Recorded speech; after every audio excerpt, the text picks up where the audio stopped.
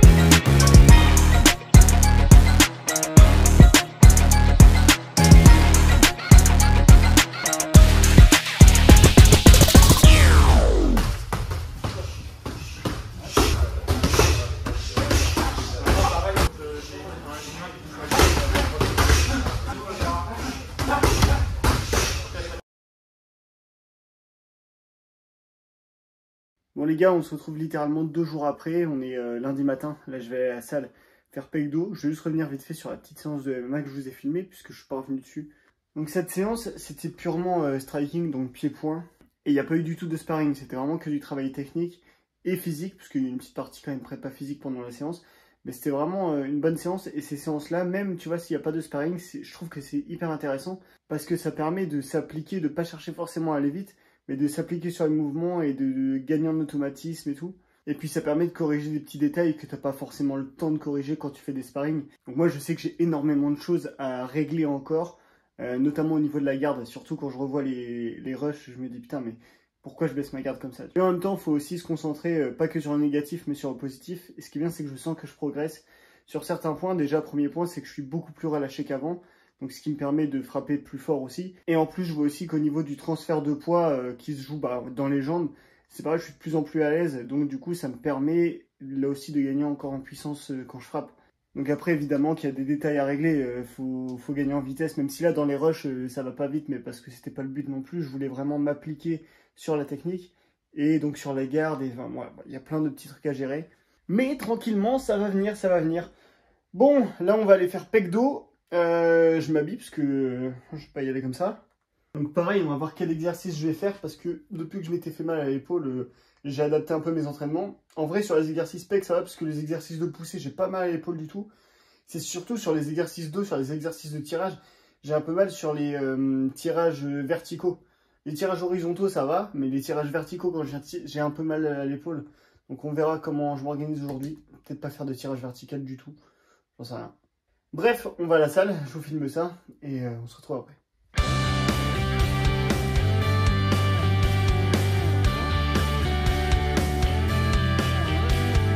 Développer couché aux haltères, toujours en léger pour préserver l'épaule.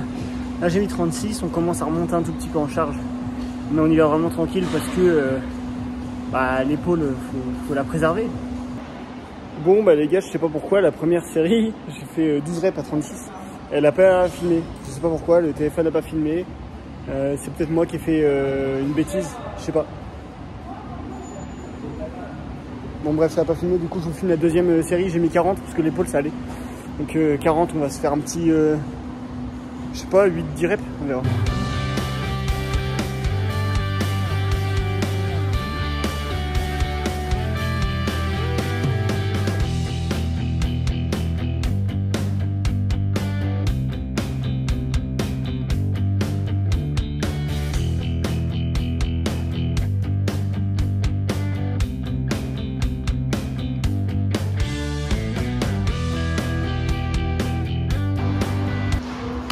En vrai, j'en ai plus normalement, mais.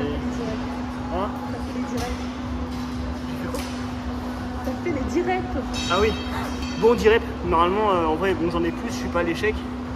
Mais pour l'épaule, on reste tranquille. On va rester à 40. Bon, j'ai dit tout à l'heure que tout ce qui est tirage vertical, ça me fait mal à l'épaule.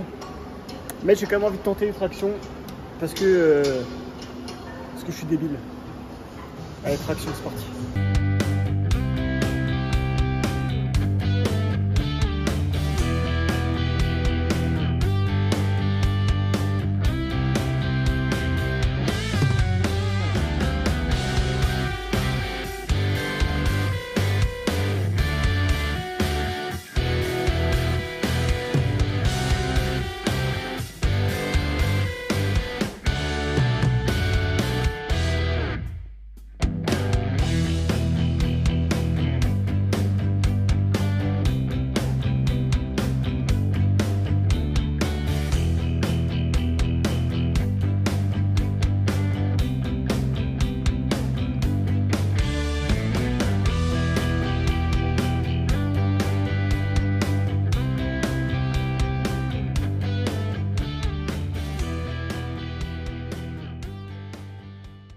Bon les mecs, cette vidéo n'a absolument aucun sens, c'est n'importe quoi, parce qu'on se retrouve encore plusieurs jours après, c'est catastrophique. Les gars, je vous ai tourné une vidéo, mais je vous ai fait des plans quand j'ai pu, ça ressemble à rien. Bref, ce qui compte, c'est que vous avez quand même du contenu. Donc cette séance de muscu, du coup, pec et dos, je vais vous expliquer après pourquoi j'ai fait pec dos et comment je m'organise, parce que c'est un petit peu ça le sujet de la vidéo, c'est savoir en fait comment je peux faire pour allier muscu et MMA, potentiellement progresser dans les deux, parce que c'est quand même l'objectif, ne pas accumuler trop de fatigue, avoir une récupération relativement bonne et ne pas me blesser. Ça, j'y reviens après. Ce qu'il faut savoir, c'est que entre deux, le lendemain de cette séance de muscu là que vous venez de voir, je suis retourné à l'entraînement de MMA et pour le coup, c'était une séance absolument horrible parce que déjà c'était hyper dur. Mais en vrai, c'était super bien parce qu'en plus, il y a eu pas mal de sparring aussi et on a vraiment touché à tout. On a fait du MMA complet. Et donc, j'ai tourné avec le poteau de Tommy et j'en ai profité. J'ai filmé un petit plan. J'ai pas filmé grand chose, mais j'ai voilà, quelques petites secondes de sparring à vous montrer. Je vous les mets ici. J'ai trouvé une porte d'entrée pour le parquet.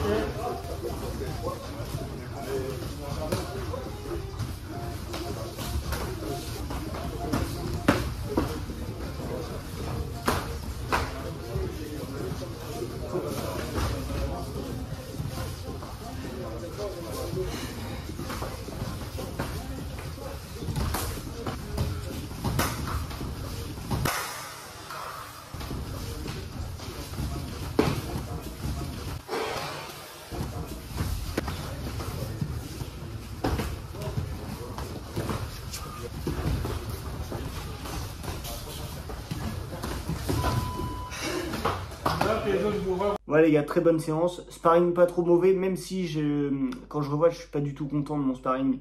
Je suis pas content parce qu'en fait, je suis pas du tout assez relâché. C'est une dinguerie comment ça me saoule. C'est que, je sais pas pourquoi, en fait, il y a des moments où j'arrive à être relâché, plus détendu, et des moments où je suis crispé comme ça, comme sur cette vidéo-là, où je suis plein de mouvements parasites, je me fatigue vite, je suis pas fluide dans mes mouvements, je suis beaucoup trop prévisible, et je prends le risque de prendre plus de coups. Je frappe moins bien, je suis moins rapide, moins efficace. Et en fait, je trouve qu'on voit sur ce plan-là, à partir du moment où je commence à me détendre, et être beaucoup plus relâché, et du coup, je me trouve bien meilleur en fait.